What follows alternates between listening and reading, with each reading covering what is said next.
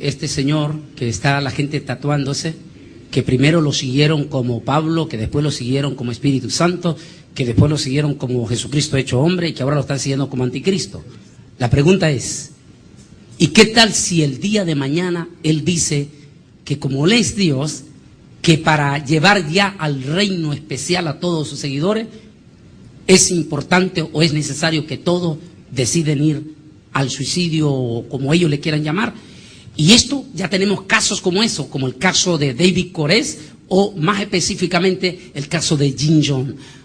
Ahora, en este caso yo creo que algunas naciones latinas en cierta forma han tenido razón, como Guatemala, el caso de El Salvador, el caso de Honduras específicamente, que dados en esas experiencias feas que han tenido con otros cristos que han llevado a su gente a suicidarse, es que ellos han dicho: las puertas en Guatemala, en El Salvador, en Honduras, están cerradas. Este hombre, no porque queremos violentar la libertad de expresión, sino porque queremos proteger que otras personas vacías de espíritu vayan a ser víctimas de estos falsos cristos, y que al final vengan tragedias como las que sucedió con Jin Jong, y que, como vamos viendo, prácticamente en ese camino van. Porque el día de mañana este tipo dice: bueno, ahora yo les revelo que tienen que suicidarse para seguir conmigo a mi reino. Si lo están poniéndose la marca, si se están tatuando el 666, que la Biblia dice específicamente que todos aquellos que reciban la marca en su mano derecha o en la frente serán atormentados día y noche en el fuego que nunca se apaga, y lo están haciendo con todo y eso, Dios mío, pueden hacerlo. Todo esto, sin lugar a duda, Miguel, Pastor Pérez, sin lugar a duda, es ya el espíritu del anticristo con gran fuerza que se está moviendo en este momento. Y si se está moviendo, entonces ese tipo ya está. Y ya está, y por supuesto, cuando decimos ya está, es que su hijo, ese hombre, porque recuerde que él va a necesitar un cuerpo humano. Se va a necesitar, y no es un cuerpo humano común y corriente, no es cualquier tontito como este de Florida, como este de Florida que ni siquiera pasó secundaria. Imagínense al mundo aceptándolo como su salvador del mundo, un tipo que no tiene ninguna preparación. No, el Satanás, el diablo, tiene escogido un tipo con el que va a engañar al mundo, un tipo que va a llenar todas las calidades de lo que está esperando, las cualidades que está esperando el gobierno universal del mundo. Una eminencia, un tipo inteligente, un tipo de buen físico, un tipo de la realeza. ¿Y por qué de la realeza? Porque Satanás, el diablo, quiere en eso, lo que estamos hablando, en lugar de Cristo. ¿Qué es Cristo? Rey de reyes.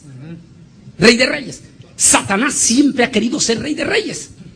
Y entonces, en esos 7 años, él va a lograr, aunque sea por 7 años, presentarse como ese rey de reyes que tanto ha anhelado ese título, y que Cristo no necesita que le den ese título, porque Cristo, desde antes de nacer, él ya era rey de reyes y señor de señores. O sea que él necesitaba que le dieran ese título.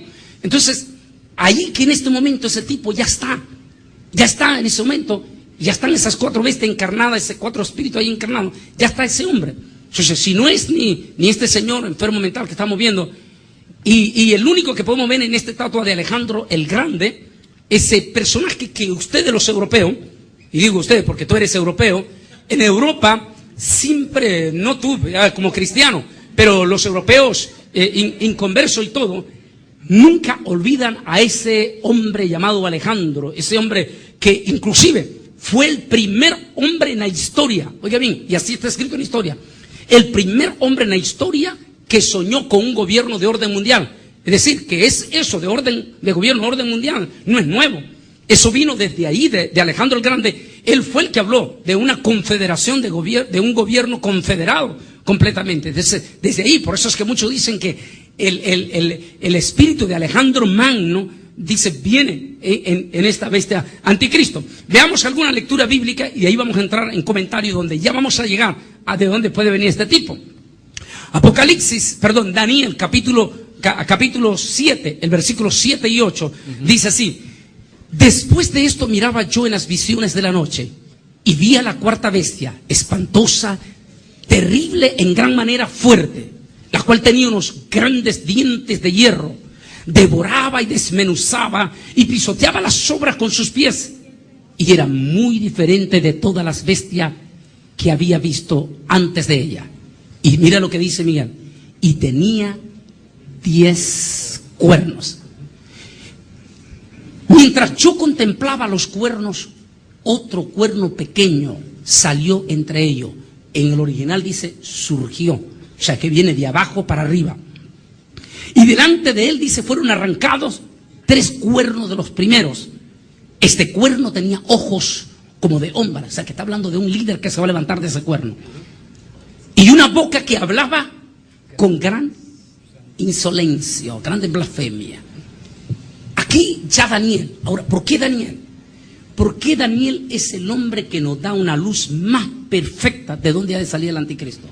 Y aquí es donde, Pastor Willy y Pastor Rosel, aquí es donde muchísimos de nuestros maestros que lo han hecho con la más grande sinceridad, no con el deseo de hacer una, sino con la más grande sinceridad en el pasado, se equivocaron porque ellos siempre anduvieron buscando al anticristo en diferentes personas. Uno lo buscaban en lo religioso, no es religioso. Otro buscaban al anticristo donde no lo tenían que andar buscando. Por ejemplo, muchos buscaron al anticristo en los líderes de Rusia. Y hasta se atrevieron a decir en aquel entonces que Vladimir Lenin era el anticristo. Y es tipo malvado con el comunismo roco en los líderes de Rusia. Y hasta se atrevieron a decir en aquel entonces que Vladimir Lenin era el anticristo. Y es tipo malvado con el comunismo roco, asesinando, matando a los pastores y a los judíos. Después dijeron que no era Vladimir Lenin, sino que era Stanley, el sucesor de Lenin. Tipo malvado, asesino, criminal también de los rusos y ateos. Pero tampoco, ahí fracasaron. Luego estaban diciendo que era Nikita Khrushchev. Y por último, andaban diciendo allá en la década de los 80 que era Mikhail Gorbachev. Y algunos decían que él era porque tenía un lunar en la frente, que era como, decía, si se fija bien, es como un 6 en la frente. Y por eso decían que era el anticristo. Mikhail Gorbachev, y hasta buscaban la palabra mi y Gor, que viene siendo como, en ruso es Miguel, quien como mi Dios. Bueno, entonces, después ya pasó, ya Gorbachev cayó, la perestroika se destruyó, cayó el comunismo rojo, y dijeron, bueno, no es Mikhail Gorbachev. Entonces salieron a buscarlo en Saddam Hussein. Y hasta escribieron un librito que se llamaba Babilonia Renace y todo el asunto ahí, todos con la cabeza caliente que Saddam Hussein era el anticristo. Y hasta encontraron el nombre de Saddam Hussein, 666. Decían, este es el anticristo, definitivamente. Pero la Biblia nunca decía que el anticristo iba a salir de Babilonia y mucho menos de Rusia. Y luego últimamente andaban diciendo que era Bin Laden. Bueno, el espíritu del anticristo estaba en Bin Laden, pero Bin Laden no es el anticristo. Y por último, allá en Europa, bueno, más que todos son un poco antiamericanistas, están diciendo que George Bush es el anticristo.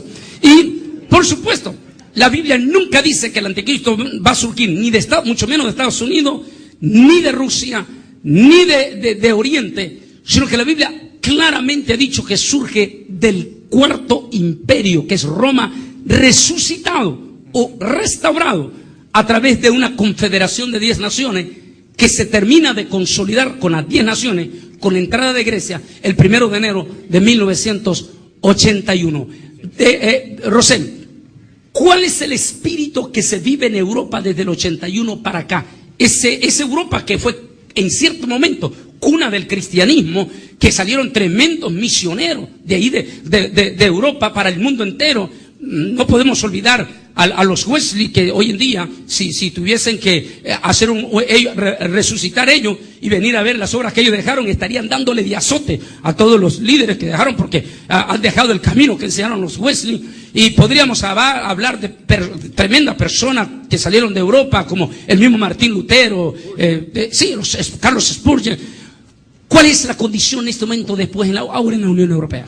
Bueno, como europeo, quizás puedo decir más porque estoy viviendo ahí. España era España, Europa era Europa, pero ahora Europa es parte de España. Perdón, al revés, España es parte de Europa. Realmente el espíritu no es en absoluto cristiano. Es más, la Constitución Europea, que aún no está aprobada del todo, pero va en camino de ser aprobada, enfáticamente dice de que que Europa es, casi van a decir un imperio, ¿verdad? Es laica. Es decir, lo que ellos entienden por laico, nosotros lo entendemos por ateo. Entonces, es ateo práctico. Entonces, niegan las raíces cristianas, incluso las católicas, la raíz católica, incluso lo que es digamos, el mover católico papista de siempre, que nosotros como cristianos no creemos en ello, obviamente, pero incluso niegan ese falso cristianismo y dicen que Europa tiene que ser una comunidad de naciones, una federación de naciones, no dicen federación, pero dicen comunidad de naciones, que tiene que tener como cuestión unánime el hecho de no ser un ente religioso, sino absolutamente laico, o como nosotros diríamos, ateo. Esa es la realidad y eso se está plasmando no solamente en Europa, sino en cada país que conforma la unidad europea y la Unión Europea. Eso es una realidad y eso es lo que estamos viviendo hoy en día.